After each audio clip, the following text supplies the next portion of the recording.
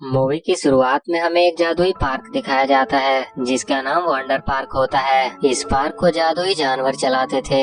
यहाँ पे बहुत सारे तरह तरह के झूले लगे हुए थे और भी बहुत सारी ऐसी चीजें थी जो सिर्फ बच्चों के ख्यालों में ही आ सकती थी। यहाँ हम पीनट नाम के एक बंदर को देखते हैं जो कि अपने जादुई पेन से ये सब बनाता था। उसे ये सब बनाने का आइडिया कोई उसे उसके कानों में देता था, लेकिन उसे खुद भी नहीं पता था कि उसके कानों में वो आइडियाज कौन देता है। पीनट अपने कानों में आई हुई आवाज को असली रूप दे देता था। इसके बाद हमें जून नाम के एक छोटी सी बच्ची को दिखाया जाता है। उसे और उसकी मॉम को इस तरह का पार्क बनाने का बहुत शौक था जैसा पार्क हमने मूवी की शुरुआत में देखा था। उनके पास पीनट बंदर की तरह दिखने वाला एक खिलौना था। जून और उसकी मॉम जो भी पार्क के बारे में सोचते थे, जून की मॉम उसे खिलौने के कान में बोल देती थी बिना ये जाने कि कोई उसकी आवाज सच में सुन रहा है, और उनकी ये बात पीनट सुन लेता था। जून की मॉम और पीनट दोनों एक दूसरे से अनजान थे। रात में जून अपनी मॉम से पूछती है कि क्या सच में वंडर पार्क हो सकता है, जिस पर उसकी मॉम कहती है कि मैं इसके बारे में कुछ भी नहीं बता सकती।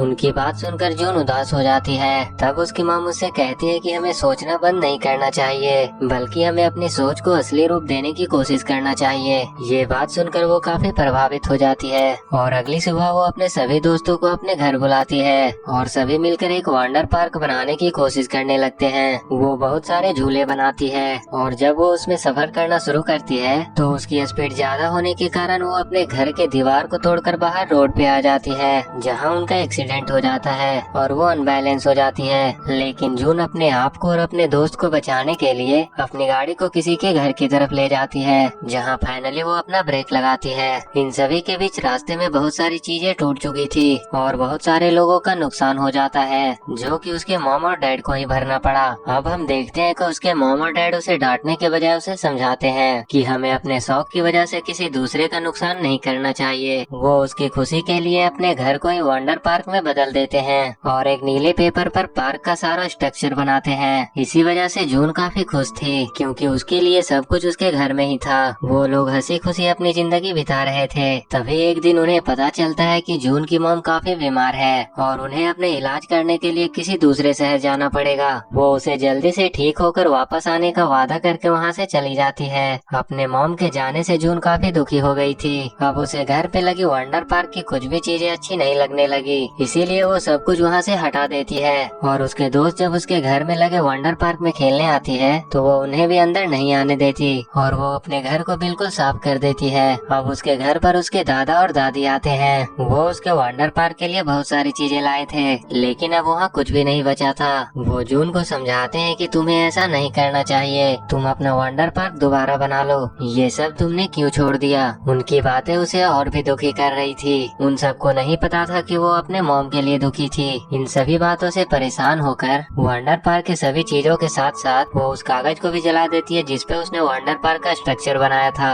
और रोती हुई वहाँ से चली जाती है। इसके बाद जून के डैड उसे खुश करने के लिए उसे एक ट्रिप पे भेज देते हैं, जहाँ रास्ते में उसे याद आता है कि उसके डैड तो ठीक से कुछ भी काम नहीं कर पाते हैं और उसे उनकी चिंता होने लगती है। उसे लगता है कि वो इतना सेल्फिश होकर ट्रिप पे कैसे जा सकती है, इसीलिए वो वापस अपने डैड के पास जाना चाहती थी, लेकिन उसे वापस जाने के लिए बस रोकनी पड़ती। इसलिए वो अपने दोस्त को उल्टी करने का नाटक करने को कहती है और इस तरह उनकी बस रुक जाती है। सभी लोग वापस से बस में बैठ जाते हैं, लेकिन जून वहाँ से अपने घर की ओर चली जाती है। अभी वो अपने घर जा ही रही होती है, तभी उसे रास्ते में अपनी मॉम की बनाई हुई पेपर मिलती है जिस पर वंडर पार्क का स्ट्रक्चर बना हुआ था। उड़ते हुए पेपर को देखकर जून हैरान हो जाती है और वो उसके पीछे पीछे उसे पकड़ने के लिए जाती है। वो पेपर उसे एक गाड़ी के पास लेकर आ जाता है। फिर वो उस पेपर को लेकर उस गाड़ी के अंदर बैठ जाती है और तभी गाड़ी चलने लगती है। वो काफी हैरान रह जाती है क्योंकि वो वंडर पार्क पहुंच चुकी थी जो कि उसी ने बनाया था।